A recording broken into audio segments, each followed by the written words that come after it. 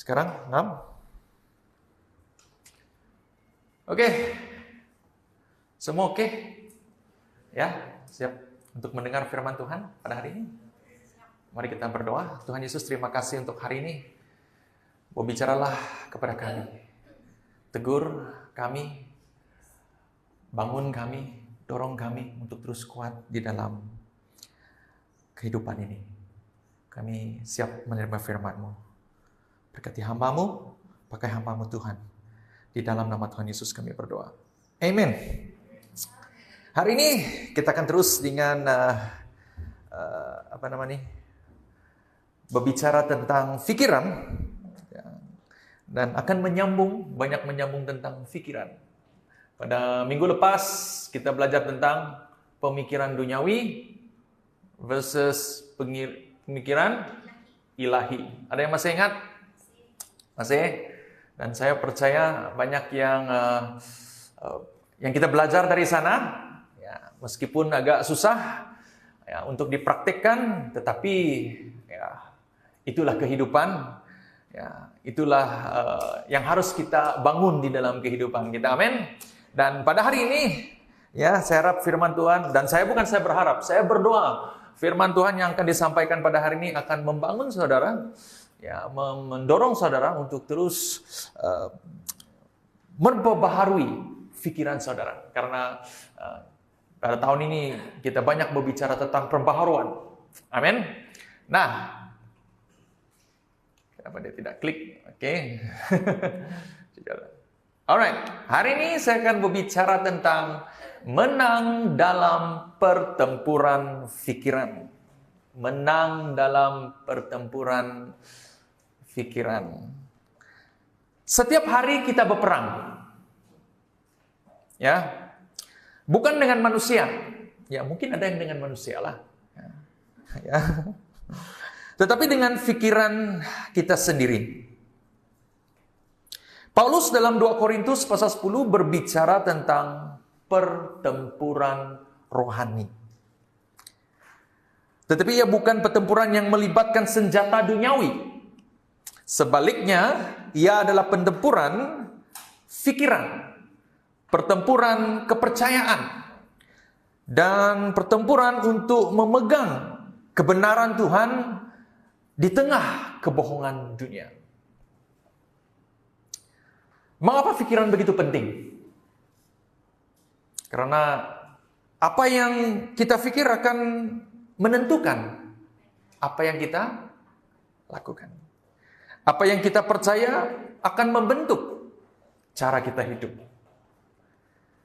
Jika musuh boleh mengawal pikiran kita, dia boleh mengawal kehidupan kita. Nah, dalam 2 Korintus pasal 10 ayat yang pertama hingga 18, Paulus menulis kepada jemaat di Korintus yang mulai meragu tentang kerasulannya. Karena ada guru-guru yang menggunakan standar dunia untuk menghakimi pelayan Tuhan. Paulus membela dirinya bukan dengan membalas serangan secara duniawi, tetapi dengan menegaskan bahwa peperangan rohani hanya dapat dimenangkan dengan kuasa Allah. Ya. Kita akan belajar bersama-sama pada hari ini, ya, bagaimana menang dalam pertempuran pikiran melalui 3 prinsip. Ya, yang pertama, berperang dengan senjata rohani. Ayat 3 hingga 4 berkata begini. Walaupun kami hidup di dunia, kata Paulus, kami tidaklah berjuang secara duniawi. Senjata-senjata kami bukanlah benda-benda duniawi, tetapi kekuatan ilahi untuk meruntuhkan benteng-benteng. Jemaat di Korintus mula melihat Paulus melalui perspektif duniawi. Mereka berkata, Paulus nampak lemah ketika hadir bersama kita.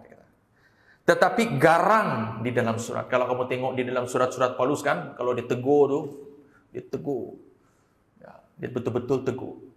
Tapi bila jumpa secara fisikal macam saya lah. Bila saya jumpa kamu kan, kamu tengok, chill lah Pastor Glenn nih, gitu. Ya. Tapi bila dia khotbah, habis kita, dia cakap. Ada yang berkata begitulah. Tidak tahulah kamu punya itu. Ya, saya begitu kan. Ya, kalau di luar ya, dan kamu, apalagi kalau kamu belanja saya makan, wah bagus betul saya. Ya, tapi bila time khotbah, wah, pastor jahat, ya. Ya. Itu peluang bagaimana Anda menilai. Dia Paulus begini. Tapi Paulus tidak khotbah. Dia menulis dengan tulisan-tulisan khotbah melalui pengajaran-pengajarannya sangat tegas. Ya, bukan garang, ada tegas. Ya, tetapi bila mereka jumpa secara fisikal, dia orang yang relax saja. Tidak seperti apa yang digambarkan di dalam, ya dulu tak ada TikTok, tak ada itu kan. Ya, susah mau tengok. Jadi mereka hanya dapat gambaran seseorang itu melalui penulisan. So, mereka menilai Paulus dengan ukuran dunia. Apa yang mereka nilai? Oh, dia tidak cukup berkarisma, tidak ada energetik. Ya, dia jenis yang relax, yang tak itu. Mungkin dia seorang yang orang yang kita belajar tuh melankolik kali. Ya, yang belajar tahu, yang datang kelas pemberian tahu apa maksud melankolik, phlegmatik, ya, apa lagi, choleric, apa lagi, sanguine, sanguine, ya, yang tahu. Ya. Apa tuh pastor? Tanya mereka yang belajar tuh. Oke, ada yang mereka hadir tuh, tanya mereka. Ya, saya tidak mau ulang di sini ya. Saya hanya cakap di sana saja. Kalau mau, ini tes untuk mereka yang hadir. Oke, ada tes tuh. Itu boleh belajar. Ada buat tes dekat kawan-kawan. Sudah tahulah karakter-karakter. So, jadi Paulus menjelaskan bahwa walaupun dia hidup dalam dunia, dia tidak berperang dengan cara duniawi. Ya, ini adalah peperangan fikiran, nilai, dan iman. Relevansinya dengan kita hari ini, kita juga mengalami peperangan di dalam pikiran kita setiap hari, betul? Tekanan di tempat kerja. Apa tekanan di tempat kerja? Apa yang kamu pikirin? Allah, saya tidak dihargai. Ya, saya kerja overtime sampai mau mati saya. Macam tu juga gaji. Tapi kamu tak cakap tuh. Di sini. Time kamu bekerja. Sampai bilalah saya di sini. Saya ini tidak cukup bagus. Saya tak ada skill. Tetapi itu macam yang dalam drama tuh. Yang tengah duduk macam itu kan. Ada bercakap-bercakap tuh. Tapi dia bukan itu bercakap ya. Perbandingan sosial. Ya. Lihat kehidupan orang lain lebih berjaya. Saya gagal, tengok, menyesal saya tidak pergi sekolah. Tengok dia sekolah tinggi, pandai. Apalah saya ada nih. Ya. Tapi kamu tak cakap tuh di luar. Kamu bermain-main di pikiran. Inilah saya nih. Sebab inilah saya begini nih. Ya. Cobalah saya macam si Anu nih. Handsome. Banyak duit. Apalah saya nih. Kasut pun keselipar saya sekarang ini. Moto pun buruk. Tambah lagi kalau kita membandingkan diri kita. Kalau time couple kan, apalagi kalau kamu kena reject. Sebab itulah dia tak suka saya nih. Ya. Dia suka yang tu. Sebab dia banyak duit. Ya. Saya nih apa ada. Ya. Kerja sampai 5 kali baru boleh belanja dia di hotel. Makan. Gitu. Pikiran, main-main di pikiran kita. Masalah rumah tangga. Mungkin saya tidak layak jadi suami dia. Atau istri dia. Saya tidak layak jadi ibu-ibu. Saya gagal. Melihat keadaan anak saya ini, saya gagal. Gitu. Apalah saya ini. Saya tidak dapat memberi anak kepada suami saya. Aduh. Tapi kamu tidak cakap, kamu cakap dalam pikiran kamu. Ujung-ujung kamu stres sendiri. Saya ini tidak dapat memberi zuriat kepada istri saya. Saya tak dapat apa-apa. Adakah ini disebabkan dosa-dosa yang saya lakukan dahulu? Jeng, jeng, jeng, patu. Mulailah kamu berdrama. Bila suami kamu mulai tidak senyum sedikit, kamu mulai. Adakah saya sudah tidak dicintai oleh dia? Sayang, kamu masih mengasihi saya kah? Kamu masih sayang saya kah? Sayang pun tengok. Kebetulan dia bad mood masa itu. Terus kamu pun, tidak ada sayang saya. Tapi kamu tak cakap, kamu dalam fikiran. Ya, gitu. Pasal mesej saja. Terus tiba-tiba gelap profile picture. Tiba-tiba tu. Kau pun tengok. Lepas tu, dia punya status kerohanian.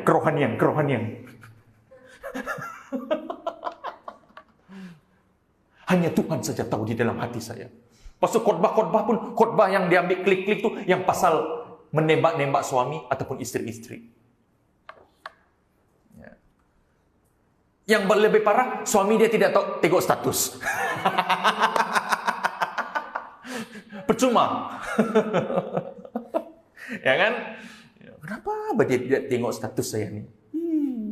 Padahal dia kasih private.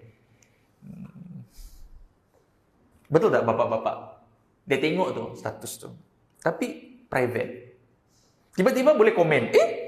Pastor komen mesej saya lah. Saya punya status. Tapi tidak nampak pun. Dia cakap, ya saya private. Supaya saya tahu apa yang kamu post. Ya.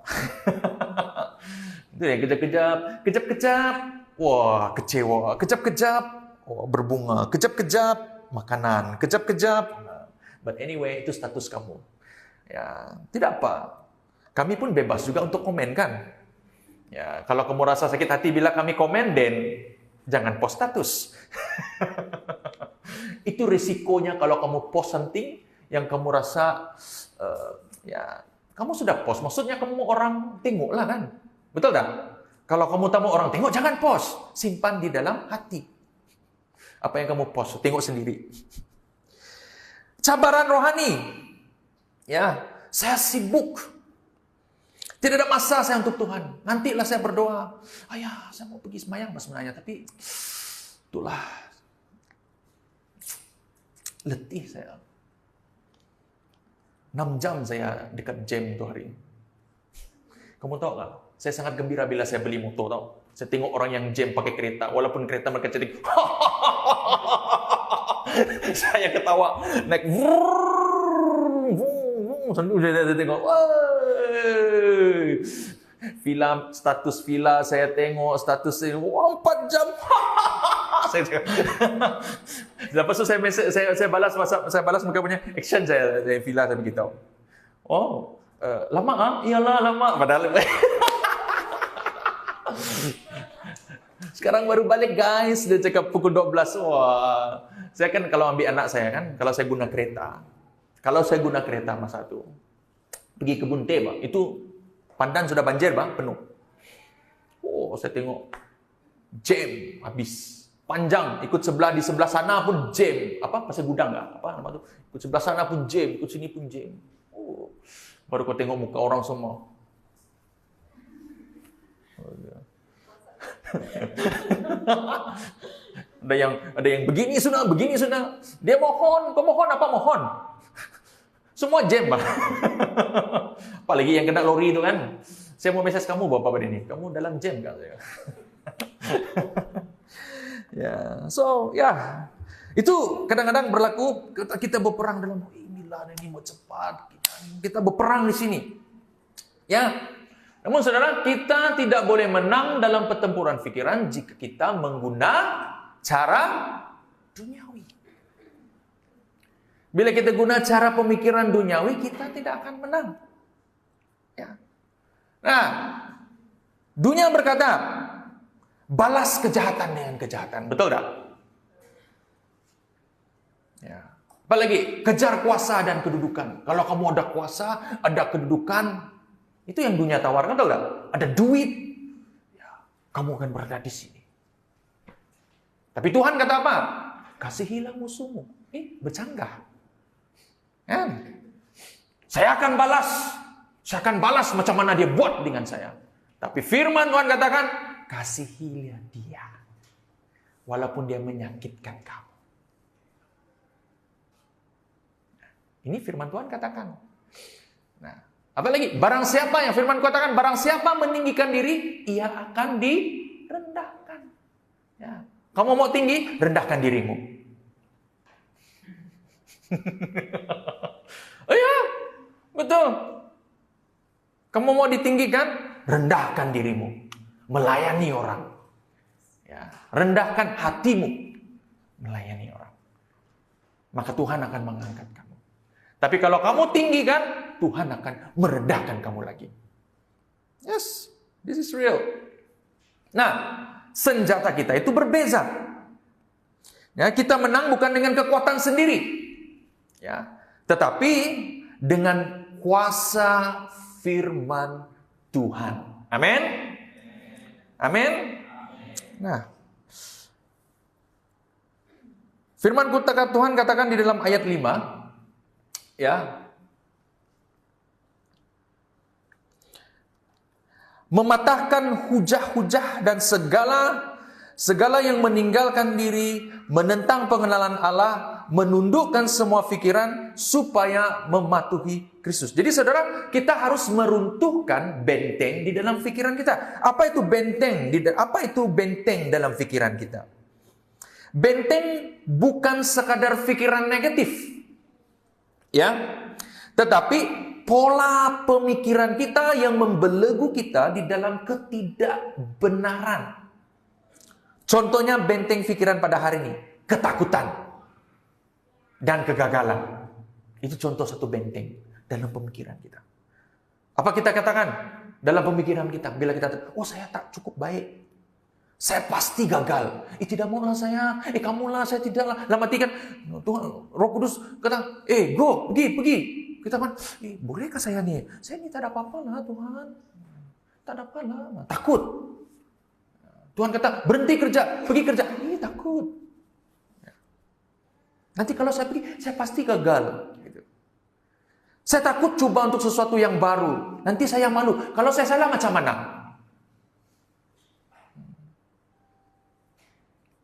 Jom, melayani Tuhan. Ada beberapa orang ini saya tahu pandai main gitar. Tidak mau lah pastor, nanti saya salah, saya tidak pandai ya. Saya tak expert macam orang. Saya tak expert macam Abo. Saya tak expert macam Jerry duduk depan. Getak. Tak pandai saya gitu. Ya. Padahal Jerry pun mula daripada kosong juga. Ya. Takut. Tapi firman Tuhan berkata di dalam Yesaya 41 ayat 10 katakan, jangan takut, sebab aku menyertai engkau. Kamu tahukah firman Tuhan katakan jangan takut? Itu firman Tuhan. Jangan takut. Tetapi benteng pemikiran kita selalu dibatas. Itu benteng pikiran kita, ketakutan dan kegagalan. Yang kedua, keraguan akan Tuhan. Alah, Tuhan tidak peduli saya lah ini. Sebab dosa yang saya buat minggu ini. Nanti kalau saya main musik, mesti ini ada salah-salah nih. Kadang-kadang kalau main musik, saya tersalah nyanyi, saya demam. Ini gara-gara saya buat dosa hari itu nih. Tuhan hukum saya. Kamu mulai meragu.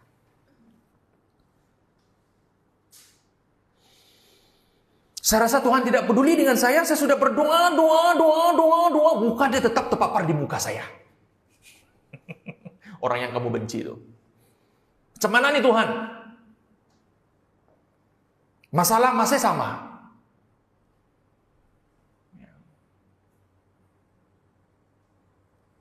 Ibrani 13 ayat 5 katakan, Tuhan katakan begini, aku tidak meninggalkan engkau. Kita berdoa, Tuhan, saya minta kesabaran, Tuhan, saya minta agar saya penuh. Ya, bila kamu minta kesabaran, bila kamu minta sesuatu supaya hati kamu lembut, ya, ada latihanlah untuk itu. Contohnya dalam kesabaran, saya pernah ceritakan ini kan. Ya, bila kamu minta, Tuhan, saya minta supaya sabar. Maka banyaklah cabaran-cabaran di dalam hidup supaya kamu dilatih untuk menjadi sabar. Jangan kamu pikir tiba-tiba, cing, wah saya sabar. Tak ada macam itu. Pasti ada cabaran. Suami kasih cabar istri macam itu. Sengaja delay. Istri sudah 1, 2, 3 kali, 4, 5, 6, 7, 8, 10 sudah cakap. Baru dia, hah? Hari ini mereka ada woman fellowship tau. Macam mana? Semua okey? Puji Tuhan. Ya, men bila. Jangan main bola saja. Kita pun mesti ada. Besok kita ada main fellowship kan? Tapi main bola. Bapak Denny, Bapak Abel, kita mau buat lebih barbecue. Mereka makan nasi lemak tadi. Saya minta tapau, sorry ya.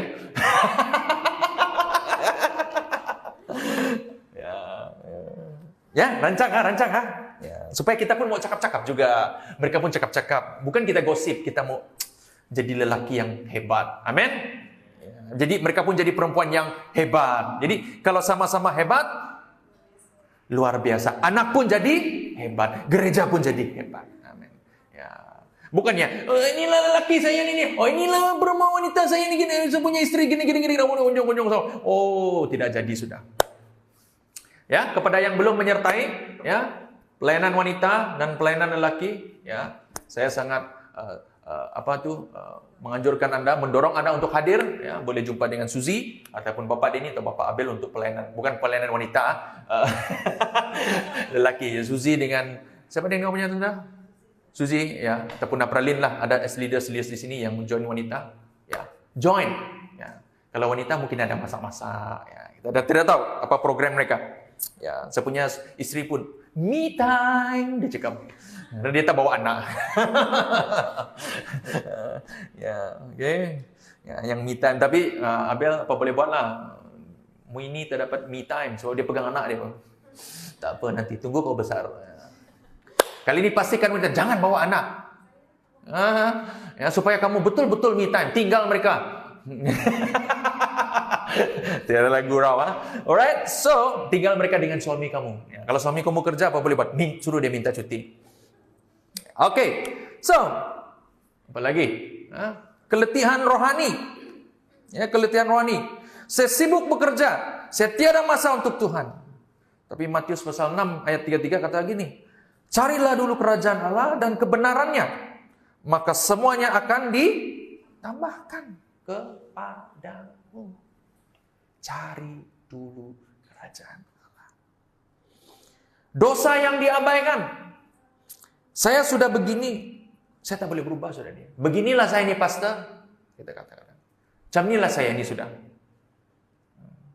Siapapun mau ubah tak dapat. Tuhan Yesus datang pun tidak dapat saya ini berubah. Tuhan Yesus datang pun tidak berubah. Confirm masuk neraka sudah tuh. Memang sudah dia melabelkan diri dia tuh, ya, masuk ke arah sana. Ya kan? Kalau sudah dia cakap tidak dapat berubah, arti dia tak bagi kesempatan untuk diri dia lah itu. Ya, di sini ya, siapa yang cakap, kamu cakap beginilah saya ini, saya tak dapat ubah sini. Jadi kamu yang sendiri yang melabelkan diri kamu ke arah sana. Ya. Bukan orang lain, bukan Tuhan. Bukan pastormu, bukan pemimpinmu, bukan bapakmu, bukan ibumu. Melainkan kamu sendiri. Yalah, saya tak dapat berubah. Inilah saya ini, kamu cakap. Dia apa boleh buatlah. Kita pun tak boleh cakap apa-apa. Sendiri yang labelkan. Kalau saya tidak mau. Ya. Ya. Kalau kamu melabelkan diri kamu di tahap sana, maka itulah kamu.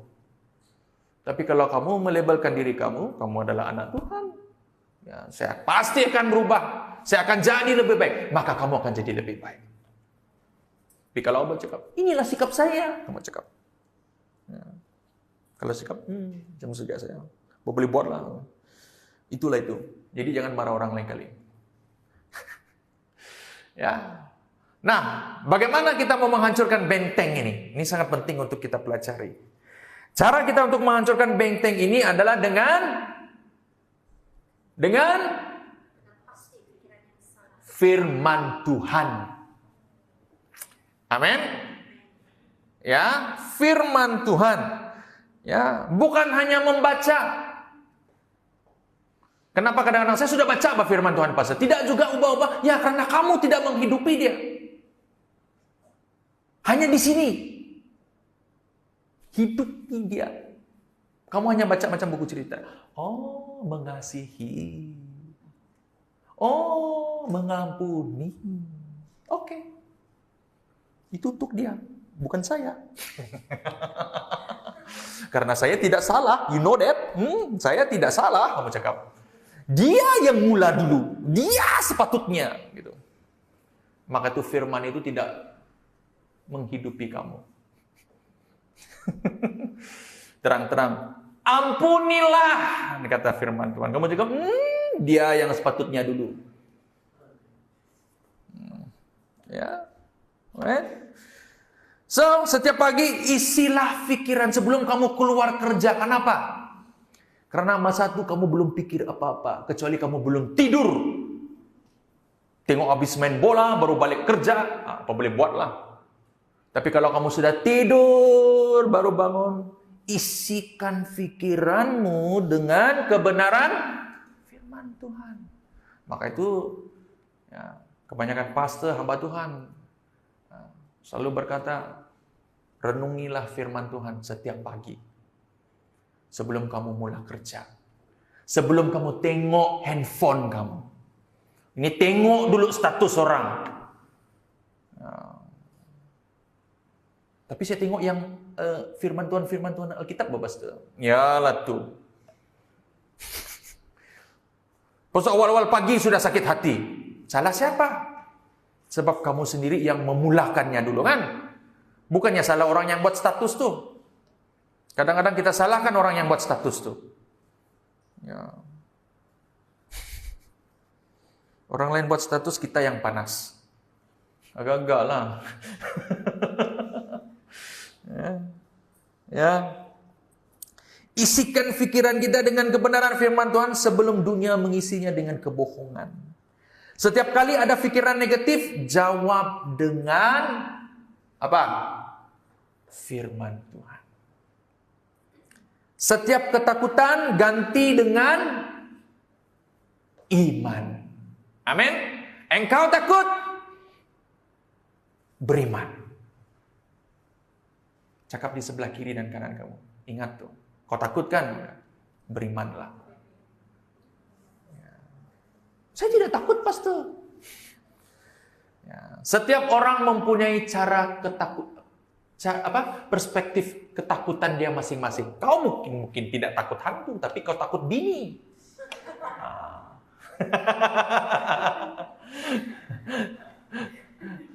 Di sana go kamu. Sekali bini cakap balik, terus balik. Lipat kain, lipat. Apa boleh buat? Dia bukan takut. Saya tidak takut, Pastor. Saya respect bini saya. Wow. Betul kan? Respect. Ya. Kenapa orang ketawa?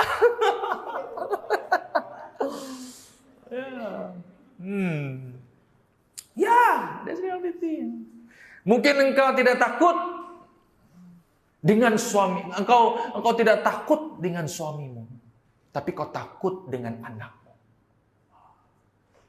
Ada yang banyak takut anak sini, takut anak kehilangan, takut anak lari. Ya, kadang saya tak maulah nanti dia lari, tak mau. Ya. Itu boleh jadi ketakutan. Ya, ujung-ujung anak minta apapun bagi saja. Banyak yang begitu. Ya. Apalagi sekarang di generasi Gen Z ini.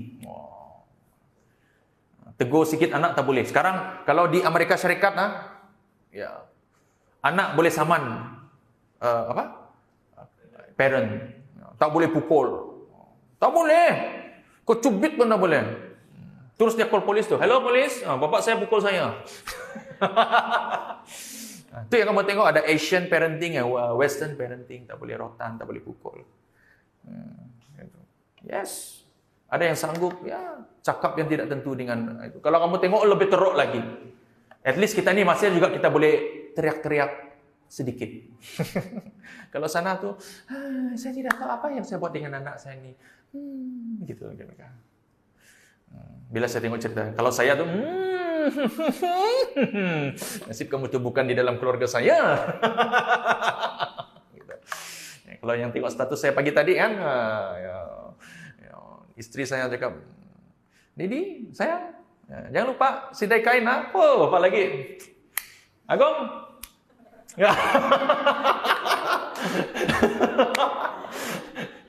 masa itulah saya tahu perasaan saya. Ya, time saya kecil dulu bila mama saya, pergi kau sidai kain tuh, dia cakap. Saya tikam-tikam itu baju. Boring sudah tidak tahu. Sekali dia jumpa saya kan, Didi, masih banyak batu. Lembek kaki saya.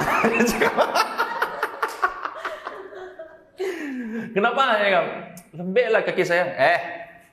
Buat kau lembek cepat buat habis saja kau. Cepat buat habis. Ya. So that's it. Ya, anyway, ya disiplin ajar dari kecil kan untuk sidai baju kan. Ya, supaya tahu ya.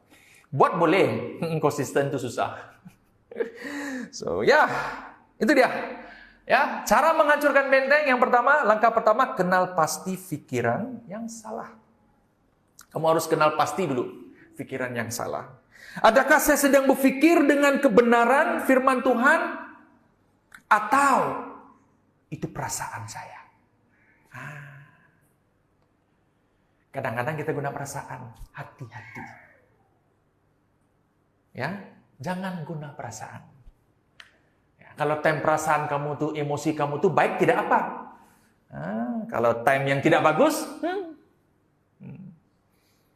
bibir pun di sebelah sudah, di depan.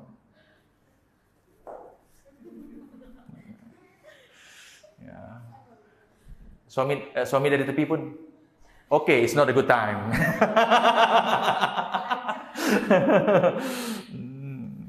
Ya kan, kadang-kadang suami tahu kan bila istri tengah dengan kau tengok dia sedang itu kah, kain kah, apakah kamu tengok dia kan, kamu dapat rasa aura dia tu, betul tak? Suami, kamu dapat rasa aura dia tu macam yang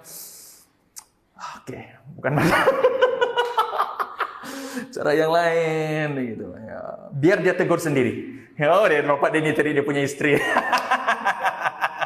Oh, tidak kau pergi juga.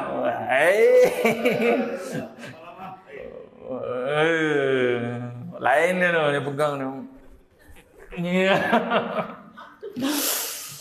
Ya, setiap orang dia punya cara masing-masing. Kalau yang ketawa-ketawa itu tahu lah.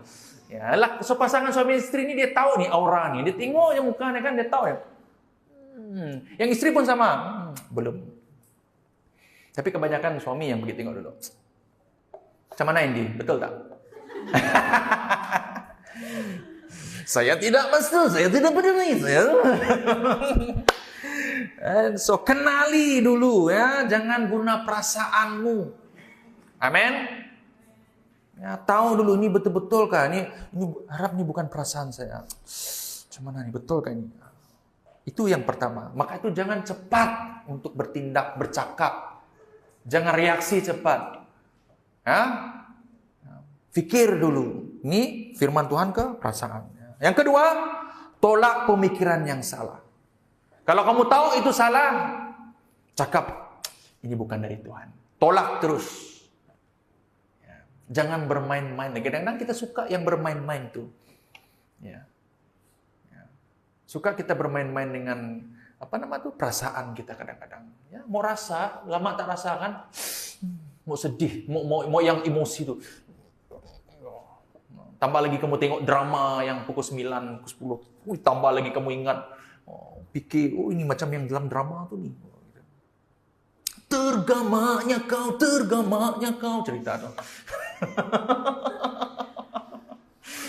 Ya. Right? Tolak pemikiran yang salah. Kalau bukan dari Tuhan. Langkah yang ketiga, ganti dengan firman Tuhan. Amin. Katakan, saya lebih dari pemenang di dalam Kristus. Ya. Datangnya masalah tu, kamu mulai mau kalah sudah, tidak boleh ni, saya tak boleh ni. Kadang-kadang, ya terus teranglah, bukan mudahlah kita untuk menang atas pemikiran kita yang negatif ni kadang-kadang, ya kan? Tapi kita harus katakan dengan pikiran kita. Kita yakin, kita beriman dengan pemikiran kita. Saya lebih dari pemenang di dalam Kristus. Ya, saya bagi satu contoh. Ketika Anda kecewa karena gagal di dalam suatu pekerjaan. Ya, gitu. Ya. Kadang-kadang kalau kamu gagal buat satu pekerjaan ataupun kamu gagal di dalam benda yang sesuatu hal, apa yang kamu katakan? Inilah saya memang tidak pandai lah, saya ini gagal, saya tidak pandai. Saya pernah begitu. Pada dulu ketika saya dalam masak dulu, ya, salah buat sos, salah sedikit ya bun, bukan banyak. Sebab sos ni kalau kau salah masuk sudah, nama dia tu lain. Bila ditukar saudara kan, terpaksa. Dah ada dalam menu, kena buat balik. Kalau kau kena chef yang bagus, tidak apa, itu bagus. Dalam dapur tak ada macam tu. Kau buang ni balik, kau buat balik. Dah lah berjam-jam kau buat tu. Apalagi kau tengah buat tu kan, hangus. Kau terlupa. Pas sos kalau hangus kan macam bubur, kalau hangus kan kau makan kan. Tidak bagus sudah tu seluruh tu. Buat lagi berjam-jam. Kadang-kadang kita akan fikir, saya ini tidak pandai, saya gagal. Jadi gantikan dengan firman Tuhan, saudara. Ya. Segala perkara dapat kutanggung di dalam Dia yang memberi kekuatan kepadaku. Itu Filipi pasal 4 ayat 13. Amin. Gantikan. Segala perkara dapat kutanggung di dalam Dia. Di dalam Tuhan. Saya dapat tanggung nih, tidak apa. Saya sakit hati sekarang, tidak apa. Saya gagal sekarang, tidak apa. Saya dapat tanggung ini. Karena di dalam Tuhan. Bukan karena diri kamu pandai. Bukan karena kamu hebat. Tetapi karena ada Tuhan di dalam kamu. Ya. Mungkin Anda melihat di media sosial. Membandingkan kehidupan Anda dengan orang lain. Ya, kadang-kadang begitu kan. Tengok Instagram ulang, status orang. Wih, bagus betul lah. Pastor ni jogging saja dia ni. Itu saja kerja dia sekarang. Dia cakap. Cobalah saya ada masa macam pastor. Pagi jogging, malam jogging, siang jogging. Ya. Best kan? Jadi pastor boleh jogging. Pastor lain tidak juga jogging. Ada yang main golf. Pas mulailah orang tanya, pastor ni tak buat kerja ke? Ya, bandingkan diri kita. Jadi, pastor bilang kamu cakap, kenapalah hidup saya ni tak macam pastor? Kamu cakap. Boleh jogging ya kan gitu. Ya. Tapi gantikan pikiran kamu dengan firman Tuhan Mazmur 139:14. Aku bersyukur karena aku dijadikan dengan dahsyat dan ajaib. Amin. Ya. Janganlah kamu membandingkan diri kamu orang. Kamu harus bersyukur. Wah, saya ini unik, saya ini berbeza daripada orang lain. Terima kasih Tuhan. Gitu. Makinlah kita mempertingkatkan value, nilai kehidupan kita. Amin, saudara. Tak perlu bandingkan orang lain. Orang lain ada kereta bagus, biar. Orang lain gaji dia tinggi daripada kamu, walaupun kamu sudah senior, biar. Bersyukur dengan apa yang ada dengan kamu itu sekarang. Karena Tuhan sendiri akan menambahkannya untuk Anda. Ya mungkin gaji dia besar. Kamu tidak tahu, sepatutnya kesehatan kamu lebih baik. Mungkin gaji dia besar, tapi dia pergi hospital selalu. Bukan saya cakap mau banding lah, kadang-kadang kita tengok macam tu. Tapi bagi saya, tak perlu bandingkan dia bagus, dia begini, tak perlu. Bersyukur dengan kehidupan yang kamu ada sekarang ini. Dan terus menambah baikkan kehidupan kamu. Yang paling penting, menambah baikkan cara kita berfikir. Amin, saudara? Harus diperbaharui setiap hari ini. Ya, bukan hari ini saja, besok pagi, nanti pun sama. Time kamu minum kopi, kamu sentiasa diperbaharui. Ya, macam sedap pula kopi itu, Okey. Ya. So, kalau kamu tidak mau tengok orang punya itu, jangan ada media sosial. Saya rasa zaman dulu, masa zaman tak ada media sosial itu lebih tenang. Tuk kamu tengok orang balik kan, wish. Berubah sudah laki ni. Lain dia ni. Kan? Dulu lah time tak ada handphone. Jumpa pun guna surat. Message pun teklet teklet titit. Bagaimana? Titit. Itu pun 10 sen. Itu pun hati-hati kamu pakai itu. Semua short form. Yang tak pandai baca tu cuma. Dulu saya macam ni. Gitu. Kalau message tu. Sekarang ni, berhenti dulu. Kedua tangan. Emoji lagi. Ya. So, ya. Maka itu, kurangkan lihat media sosial lah kalau kamu tidak mau apa-apa. Banyakkan bacaan firman Tuhan. Ya.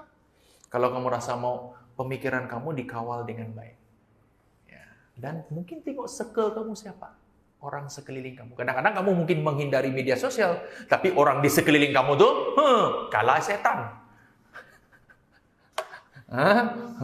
Iblis pun tak macam mereka. Iblis pun, ini bukan geng saya tuh, dia cakap. Saya pun tidak tahu dari mana mereka nih. Ini bukan saya punya, dia cakap.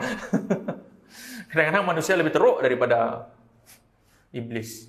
Ya, bukan saya mau menangkan iblis, tetapi ya lebih teruk banyak.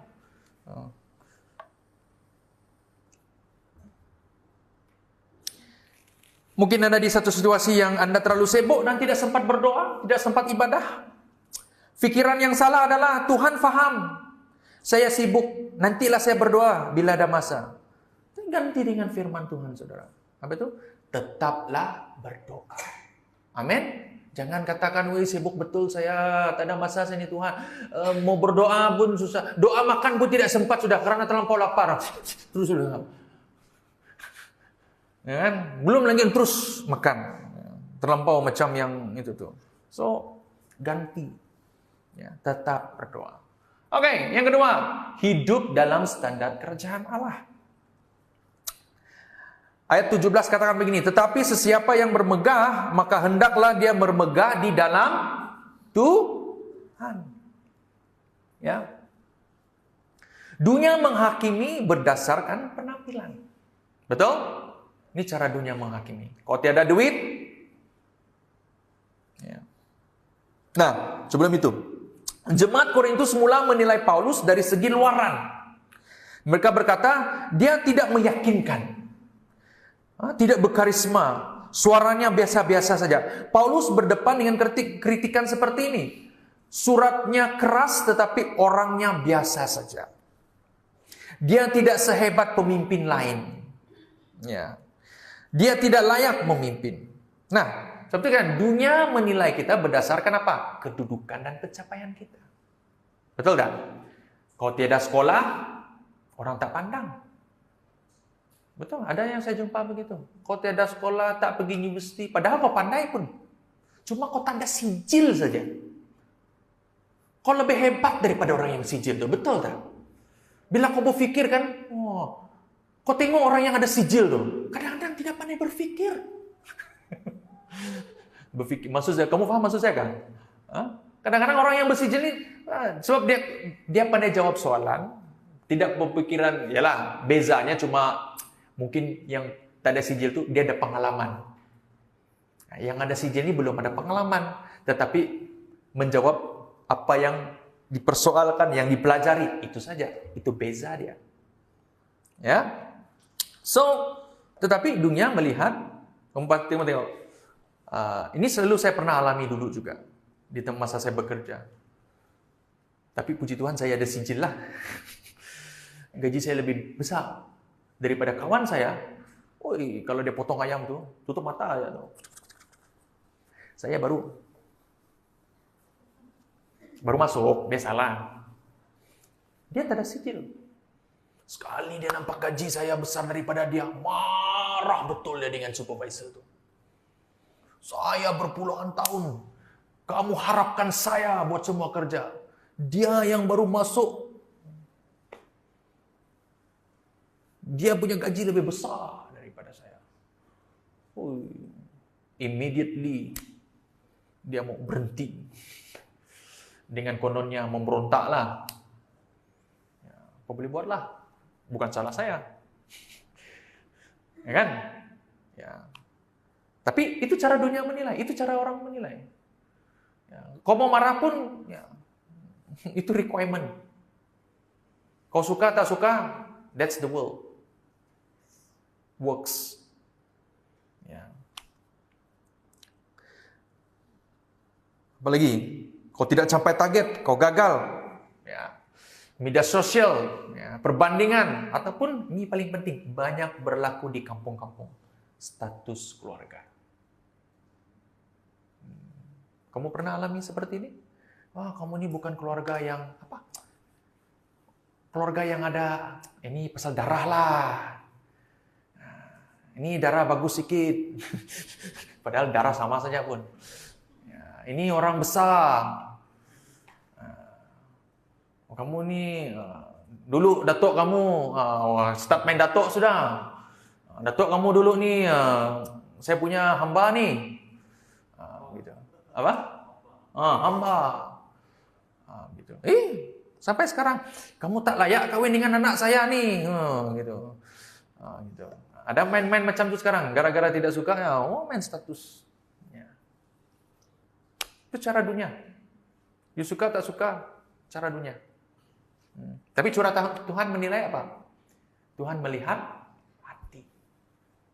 Dia tidak tengok kau siapa, kau banyak duit kah, kau hebat kah, kau orang kuat kah. Itu yang tinggi-tinggi. Dia tidak lihat berapa banyak dosa yang kau lakukan. Berapa banyak kau khianat orang. Berapa banyak kau mengkhianati orang. Tapi bila hati kau bersungguh-sungguh untuk mengubah, untuk diubah, untuk datang kepada Tuhan, Tuhan tetap memilih kamu.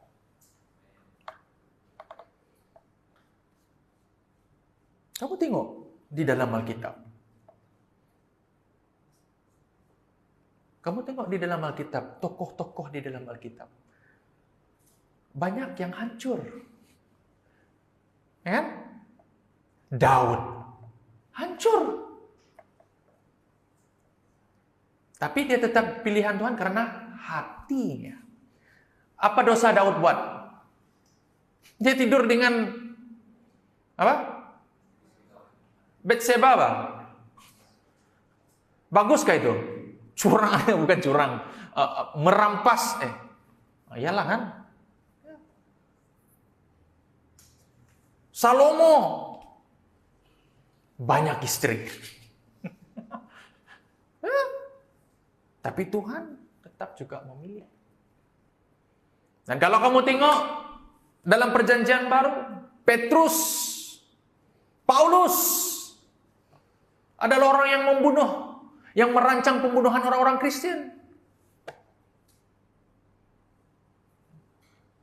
Tuhan pilih karena hati. Karena Tuhan tidak lihat apa status luar kamu. Kadang-kadang bila kita judge diri kita kan, cara kita ini kadang-kadang silap kita selalunya. Bila kita tengok Tuhan tuh, cara kita pikiran duniawi. Tuhan mau gak saya nih ya? Saya ini orang berdosa. Tuhan ampuni gak saya nih ya? Jangan kita pikir cara pikir Tuhan itu sama dengan cara pikir kita.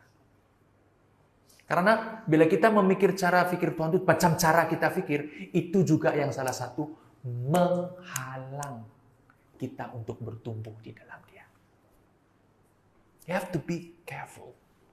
Amin. Ingat, Tuhan melihat hati kita. Ya, itu cara Tuhan menilai. Itu bezanya cara kerajaan Tuhan dengan dunia menilai. Tidak apa kamu di-reject oleh dunia di tempat ini. Kamu di-reject tidak apa, it's okay. Tapi Tuhan melihat engkau. Tapi pastikan bila kau di-reject itu hati kau mulia lah. Kan? Hati kau baguslah, baiklah.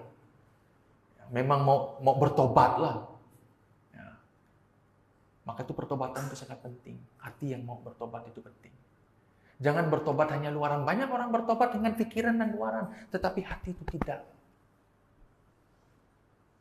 Maka itu dia tidak pernah sembuh daripada kesakitannya. Karena hati dia masih ada kepahitan yang tidak pernah dilepaskan.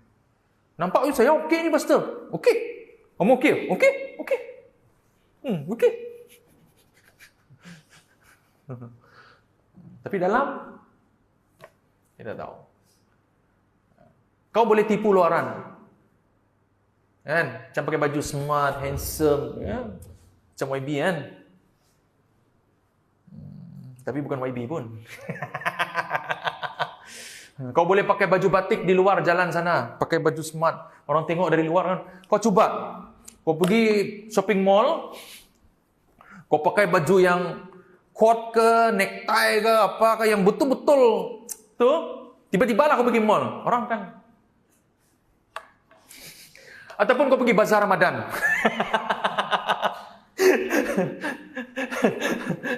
Pakai batik ke smart yang memang yang cincin besar-besar. Orang akan tengok, siapa ni ya? Memang orang akan tanya ya. Siapa ni? Saya bagi contoh supaya orang tanya lah. Memang orang akan tanya ya. Siapa ni orang? Lepas tu kamu letak 200, 300 ini. Kamu pegang ke 500 ini. Lepas tu kamu bagi. Seorang kan, siapa ni orang? Betul tak? Coba kamu. Kalau dia shop tidak puas.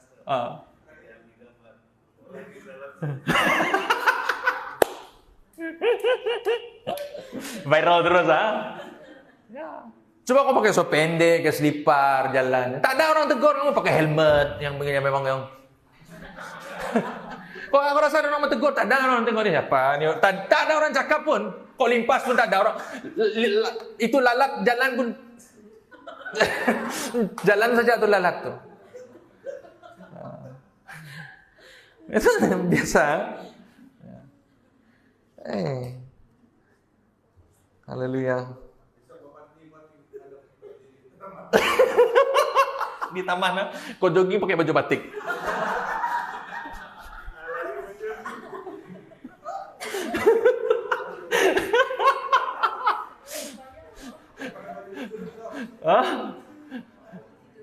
Jangan kau. Ada sekali saya tengok yang pergi jogging awal-awal pagi itu, ada yang masih pakai baju tidur tuh, yang jalan itu.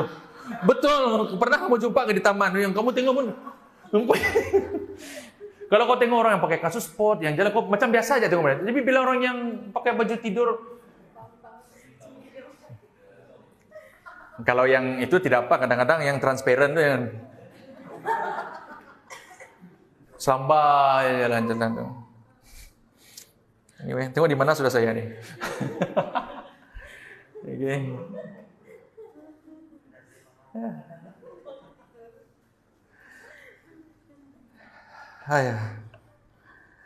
Nah, dunia menilai kita berdasarkan kedudukan, pencapaian, dan populariti. Tetapi Allah menilai kita dengan cara yang berbeza. Allah menilai berdasarkan hati. Maka itu saudara jangan melihat hanya pada hal-hal yang lahiriah.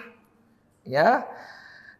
Apa maksudnya? Dunia kata jika kamu berjaya, kamu berharga. Tuhan berkata, kalau Tuhan berkata begini, engkau sudah berharga karena engkau milikku. Dunia kata, kalau kau berjaya, kau berharga. Kau sukses, kau berjayalah. Gitu. Tidak ada. Tapi Tuhan kata, Tuhan tak tunggu kau sukses. Tuhan tak tunggu kau ada duit. Tuhan tak tunggu kau perlu. Tuhan katakan apa? Engkau berharga di mataku karena engkau adalah milikku. That's it. Itulah yang akan menguatkan kita, saudara. Amin. Jangan lihat dunia. Oh, kamu kena gini-gini baru ada pakai baju batik dan jogging baru tahu kamu semangat. Tidak. Ya. Bersemangat karena kita sudah berharga. Ya, dan karena kita adalah milik Tuhan. 1 Samuel 16 ayat 7 saya tidak tulis di sini. Firman Tuhan begitu jelas. Tuhan tidak melihat seperti manusia melihat. Manusia melihat apa yang di depan mata, tetapi Tuhan melihat hati. Jadi saudara, hiduplah dengan standar kerjaan Allah. Ya, kita perlu mengubah fokus kita dari pencapaian dunia kepada panggilan Tuhan. Maka itu jangan terperangkap. Amin. Jangan terperangkap dalam perbandingan diri. Ya, dunia berkata, lihat siapa yang lebih berjaya darimu. Tapi firman Tuhan katakan, engkau diciptakan unik dan berharga. Fokus kepada panggilan Tuhan, bukan pendapat manusia. Ya, fokus. Ya, bukan berarti kamu tak dengar pendapat manusia. Maksudnya fokus kepada panggilan Tuhan itu.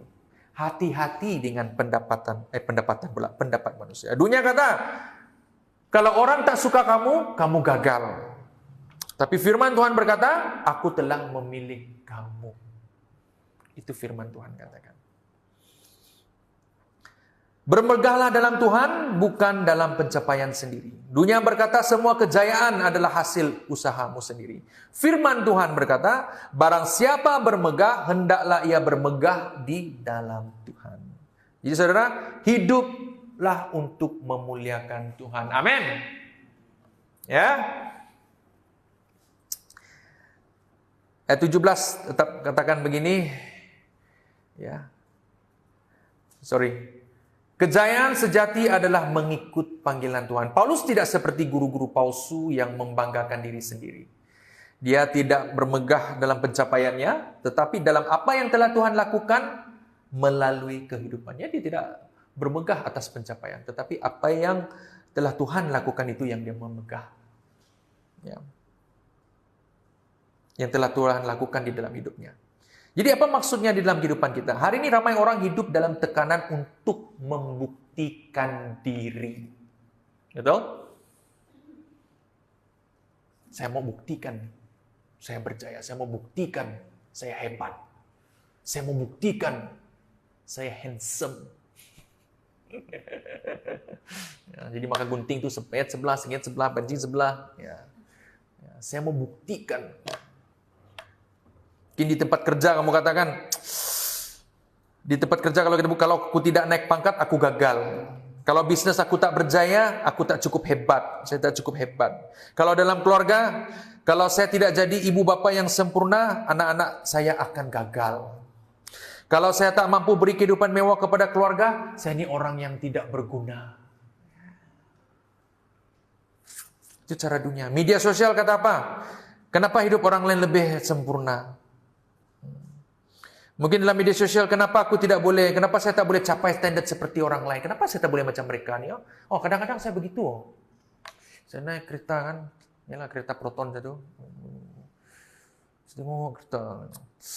Adalah kereta sekarang bunyi sekarang tuh. Kenapa? Bunyi yang itu sekarang. Mau tanya Abel tuh. Ini yang ratus-ratus nih buang nih nanti. Tengok kereta. Tengok kereta Ros. Beza. Lepas teringat muka Ethan. Ya, bayar dan tidak dapat. Lepas tengok kereta Perlin. Cantik betul. Tengok kereta. Ya, cobalah saya macam mereka nih, ya. Cakap. Ya. Karena membandingkan. Ya. Karena kamu berada di tempatnya. Tapi istri saya cakap, bersyukur ada kereta. Cakap. Kau sampai juga. Tidak kau bayar tiap-tiap bulan. Dia cakap. Mereka tuh bayar tiap-tiap bulan, kamu tidak, dia cakap. Saya pun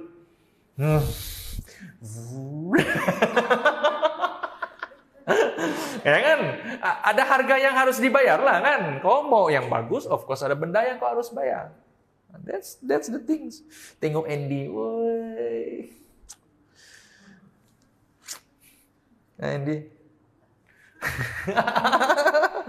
Sampai makan Maggi Andy. Playboy lah. Ya, tujuan hidup bukanlah kemuliaan diri sendiri itu. Paulus berkata jangan tertipu. Kejayaan sejati adalah mengikut panggilan Tuhan. Amin. Kalau kamu setia mengikut panggilan Tuhan, ya, itu adalah kejayaan sejati. Itu yang Tuhan inginkan. Maka itu sangat susah. Sangat susah kadang-kadang kalau kita, banyak orang kata, susah pastor kalau jadi orang Kristen. Ya, dia akan susah bila kau berpikir cara duniawi. Bila kau guna pemikiran perspektif duniawi, dan mau ikut cara Tuhan, kau akan gagal. Bukan gagal, kau susah. Bahkan kau tidak paham. Tapi bila kau meletak perspektifmu dengan cara pemikirannya Tuhan, bila kamu ikut cara Tuhan, Orang kan lihat kamu, kok gila apa? Nah, kenapa? Karena sangat luar biasa. Seperti yang awal saya katakan tadi. Kalau orang berlaku jahat dengan kamu, kalau dunia katakan apa? Kau harus hukum balik, betul? Tapi cara Tuhan berbeza. Ampunilah dia dan kasihilah musuhmu. Itu kan sesuatu yang Tuhan dia, begini saya punya hati, bah Tuhan kamu cakap. Tuhan cakap, ampuni. Tidak. Nah, maka itulah kamu proses banyak. Proses. Makin kamu ikut cara dunia, sebegitu kamu, makin kamu sakit hati. Ujung-ujung, bila kamu tak puas hati, dan pikiran kamu penuh dengan status-status dunia, kamu akan jauh daripada Tuhan. Dan kamu mulai tidak dapat menerima firman Tuhan. Pandangan firman Tuhan maksud saya. Mungkin jauh, kamu akan mulai membenci. Dan itulah tugas iblis. Itulah tugas dunia. Dia coba untuk mendepartkan kita daripada cara pandang Tuhan. Bijak, mula-mula sikit-sikit, dia bagi kau kecewa sedikit. Dia bagi sedikit kau sakit hati. Dia bagi kau sedikit panas hati. Tuhan katakan, tidak apa. Makinlah kamu makin panas. Yang tidak syok tuh bila dia cakap, ampuni dan tidak apa itu. Apalagi kamu cakap, kau boleh buatlah, ya. Alright, so dunia berkatakan kejar nama, popularity, pengaruh. Tetapi Tuhan berkata, hiduplah untuk menyenangkan aku. Nah, bagaimana untuk menang dalam pertempuran pikiran? Saya ulang balik. Gunalah senjata rohani, bukan cara dunia. Okay. Jangan biarkan dunia menentukan nilai diri saudara. Amin. Ingat itu.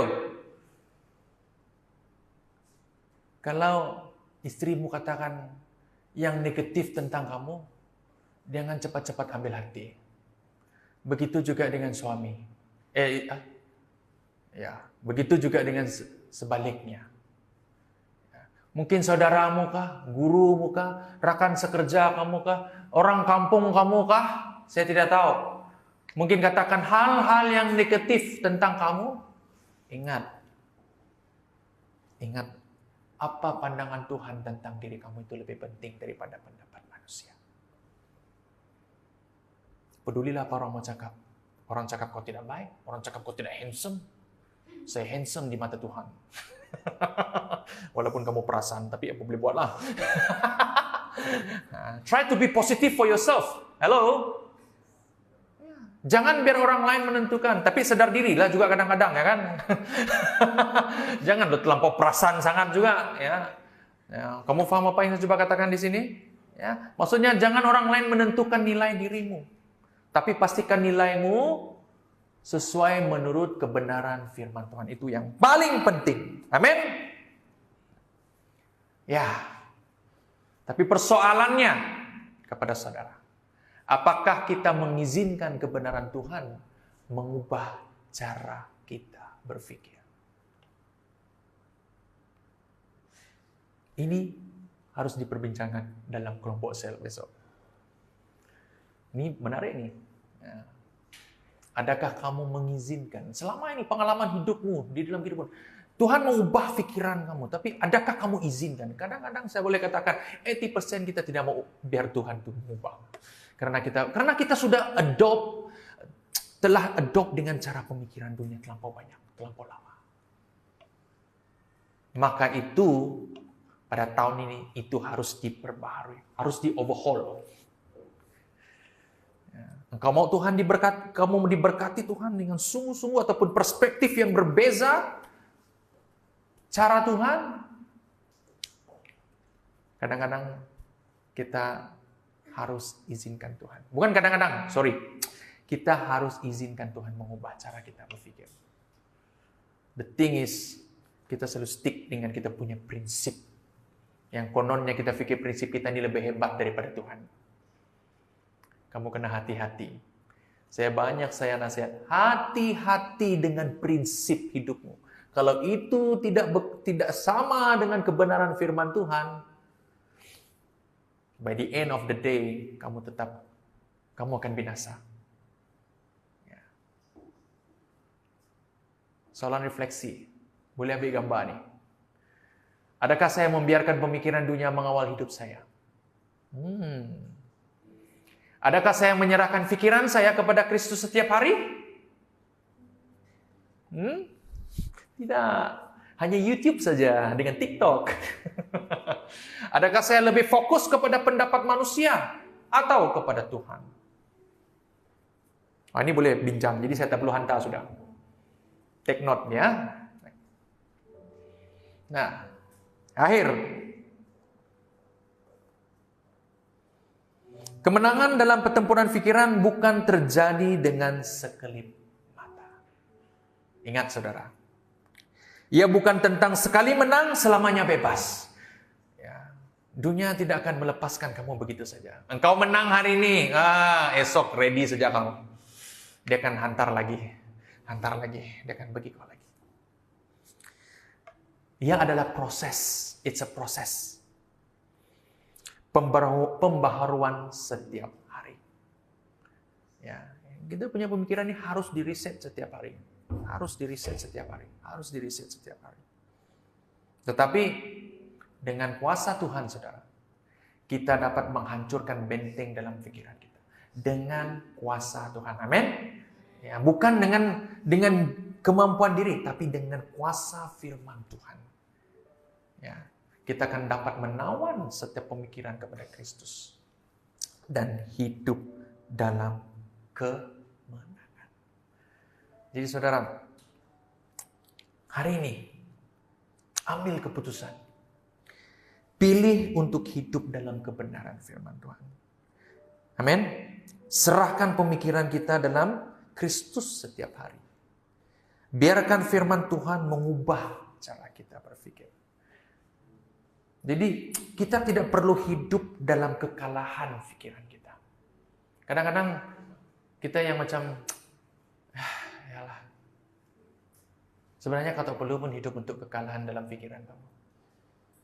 Karena dengan Tuhan kita boleh menang dalam setiap pertempuran. Amin. Mari kita bangkit berdiri.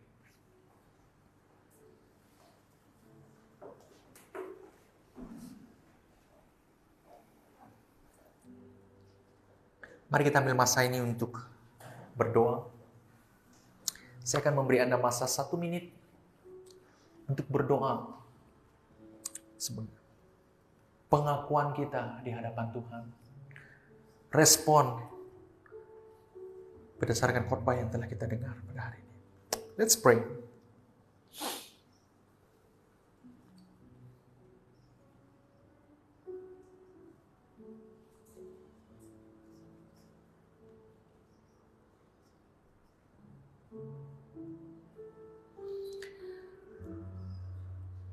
Bapa yang penuh kasih, terima kasih karena hari ini Engkau telah mengingatkan kami tentang pertempuran yang terjadi di dalam pikiran kami.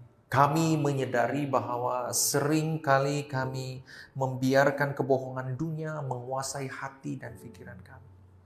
Tuhan, kami mau menang dalam pertempuran ini. Kami mau menundukkan setiap pemikiran kami dan menaklukkannya kepada Kristus. Tuhan, kami lemah. Bantu kami. Bantu kami mengenal pasti setiap benteng yang telah menghalangi kebenaran-Mu di dalam hidup kami. Tuhan, isi hati dan pikiran kami dengan firman-Mu.